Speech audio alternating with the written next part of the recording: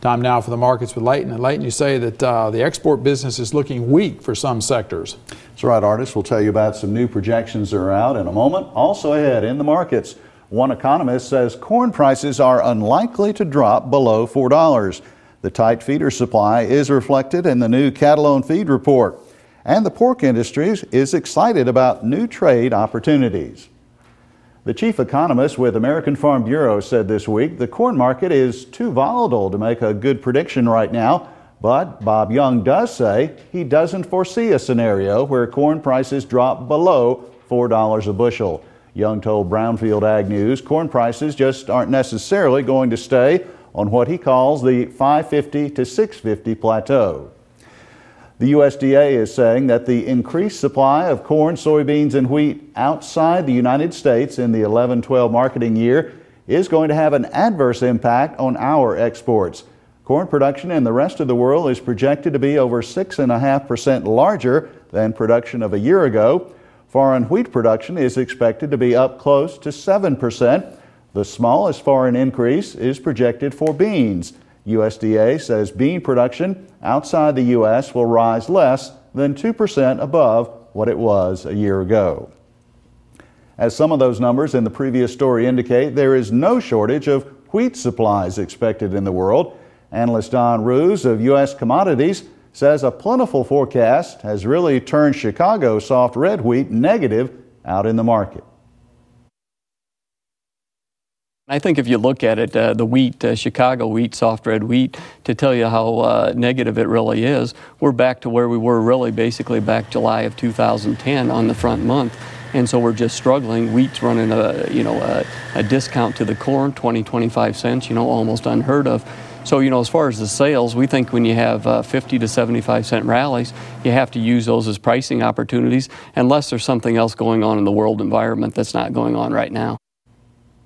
Well, needless to say, lots of turkey is about to be eaten around the country and world in the next week. Our trivia quiz, well, it's about wild turkey, the game you primarily hunt in the spring in Mississippi.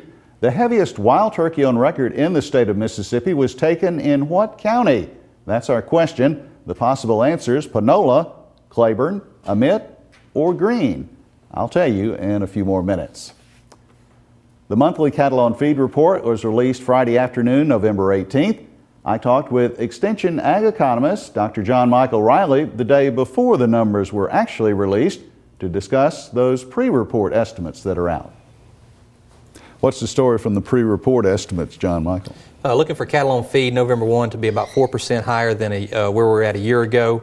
That would put it at just over 12 million head. Placements are actually expected to be down a little bit from a year ago, about 1% below, while marketings for during October are expected to be about 1% above a year ago. So even though we have this switched where we might expect a lower cattle on feed number, we saw such a push since really July, a really big push of cattle in July. And it's been that same way all the way through for the past couple of months. So we've got just a glut of cattle out there. Those cattle placed during that time period a lot greener than typical, so they're taking a little longer to finish out. So we still have quite a glut of cattle to push through the chain, and as a result, number on feed should be a little bit higher. All right, how does this affect prices now as we look at this report and look at what prices may do? No big surprises here. I think everybody expects this number to be still a little bit higher as a result of the push in marketings over the past couple of months. A lot of that's been priced in already. But if you look at where we've been with prices over the past couple of weeks, we reached a peak at the beginning of November, or not a peak, but almost hit the record highs that we were at in April. We got near those in the early part of November, and actually some of your more deferred contracts, if you look out into the middle part of 2012, those are reaching record levels right now. So really good prices are out there for the most part for our cattle as a result of this just expected tight supply as we continue to work this glut of cattle through the chain. And I believe there was one report that processors, because of the higher prices, have kind of slowed down the the slaughter or processing the last few days. They're cutting back on the number of man hours. They're as a result of this, they're trying to, you know, get their cost of production in line with what they're having to pay for these the dress cattle and cattle coming out of the feedlot, which is, you know, really high prices for the most part. But we are seeing the holiday run. You know, everybody's kind of positioning ahead of Thanksgiving and Christmas, and as a result, we are seeing some prices push higher over the past couple of days. With the recent passage of the Korea, Colombia, and Panama free trade agreements, Brownfield Ag News reports U.S. pork producers are excited about their future export possibilities. Nick Giordano, a vice president with the National Pork Producers Council, calls those recent agreements, quote, huge victories. He says that projections from Iowa State University show $770 million worth of pork exports created under the agreements, more than 10,000 direct pork industry jobs, and an $11 increase in live hog prices per animal over the 10-year phase-in period for all of the agreements. As for the present state of the hog market with an eye towards the near future, at least one analyst thinks that exports are about the only bright spot. Naomi Bloom had this commentary recently for Market to Market.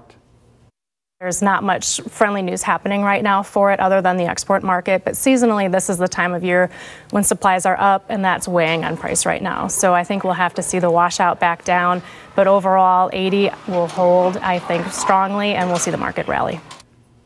Time to see the trivia answer before our new feature story here on Farm Week. And here it is. Panola County in North Mississippi is where the heaviest bird on record was taken, the year 2009. The weight, 25.27 pounds.